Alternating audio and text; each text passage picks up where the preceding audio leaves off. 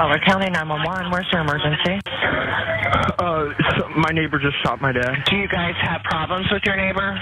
Yes, he's come over multiple times making statements. Is there anyone else in the household with you? No, just us two. Just you two.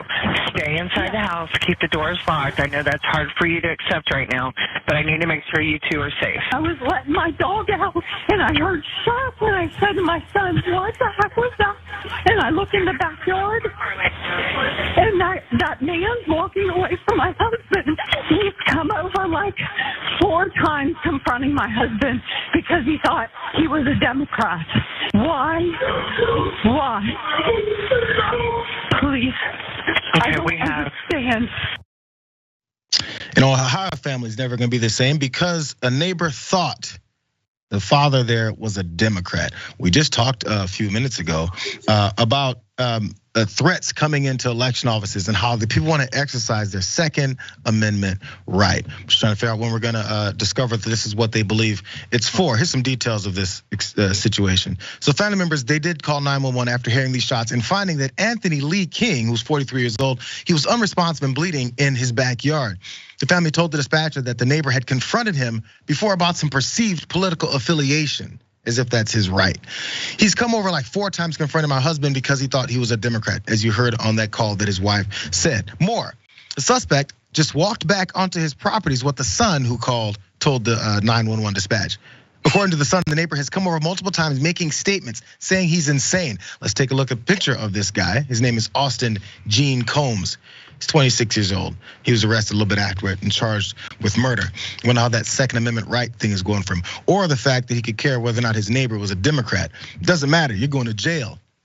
You're gonna ask some fellow inmates if they're Democrats too before you get into any kind of situations with them. Who knows? It doesn't really matter.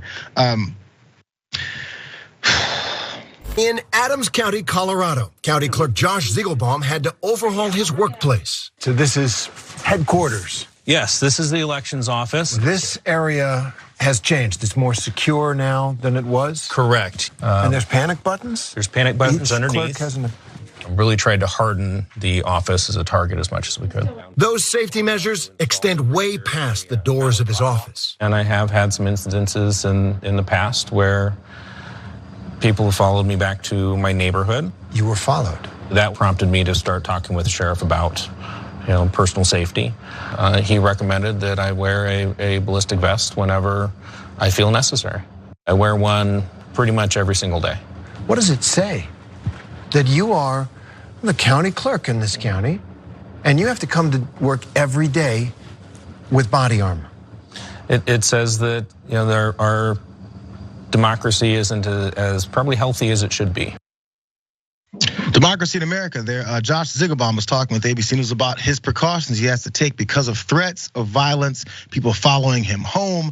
But also, as this is all going through, again, we've been talking about the violence and maybe even folks in conservative circles and candidates themselves saying that the violence is coming from the left. The violence is coming from the left. Look out, the violence is coming from the left right before they laugh about some violence headed towards Nancy Pelosi's home. It doesn't have to make sense, they just have to keep saying it. But there were some threatening phone calls that also came in. Let's watch more.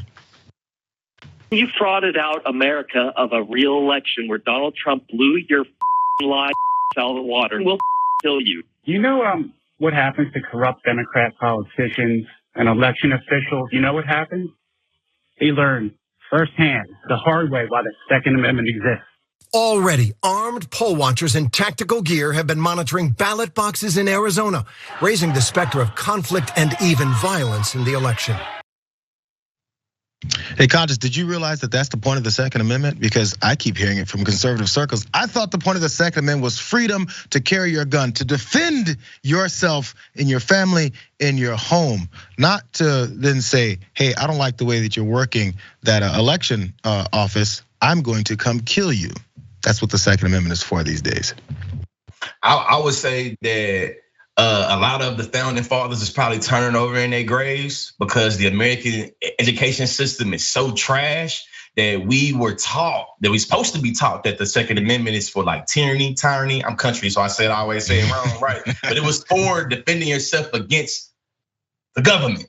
Now we hear people talk about the Second Amendment being uniquely deployed against their fellow citizen, their fellow patriot, and we see like you lost in the sauce of gun manufacturing propaganda. You see what I'm saying? And really, for me, watching that clip made me think about all of the ways in which we use ethnocentrism, how we center American culture for being the beacon of truth throughout the world, and that we are literally going through a lot of the things that we inscribe on another country and justify invading them, i.e., they can't have a peaceful election.